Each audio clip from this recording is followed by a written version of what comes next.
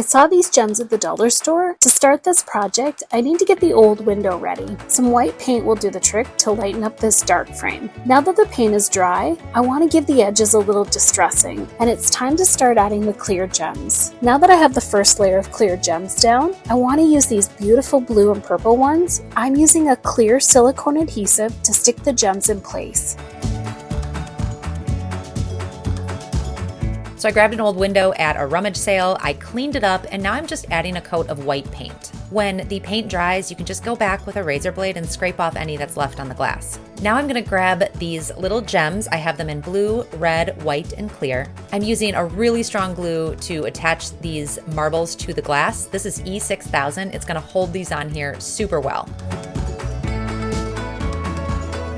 I grabbed an old window and transformed it. I started by cutting up a palette, removing the boards and hammering all the nails out. I gave them a light sand and trimmed them to length to make a square frame the same size as the window. I used my Craig jig to make 2 pocket holes. I cut and sanded 3 more boards to fit the inside width and used pocket holes to secure them to the frame. Sanded the window frame. I taped on either side where the caulking was and applied new white caulk with silicone and wiped smooth. I immediately removed the tape to reveal a clean finish. I attached hinges to secure the window to the pallet frame. I added a glass knob in the middle of the right side of the window. I added a magnet in the top right corner and a screw and washer on the inside top right side of the window for a magnetic closure. I cleaned the glass really well and sprayed soapy water all over the surface and applied a window cling that makes it look like stained glass. I attached a piece of 1/4-inch plywood with wood glue and brad nails to the back. The window that we got from an architectural salvage place, take a ruler and you're gonna measure inside the windows because that's gonna help you decide how big your photos need to be. I took 8 by 10 photos and cut them down. First thing I need to do is obviously decide what order I want them in. So I'm gonna start flipping these around. I'm going to tape these in, and I'm actually just going to use painter's tape. Now let's talk about putting on hooks.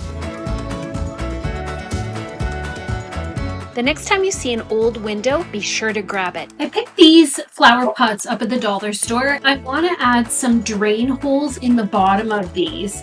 Next, I want to go ahead and I'm actually going to paint mine, and I'm just going to lightly sand this to bring out that pattern. So I'm going to use a water-based top coat here. So I want to place this about where I want it on the window frame. And I'm going to just draw a couple of little dots here because I want to drill some pilot holes, just a screw, and then I put a little washer on the inside of it just to make sure it's nice and secure. It is time to fill them with some beautiful flowers.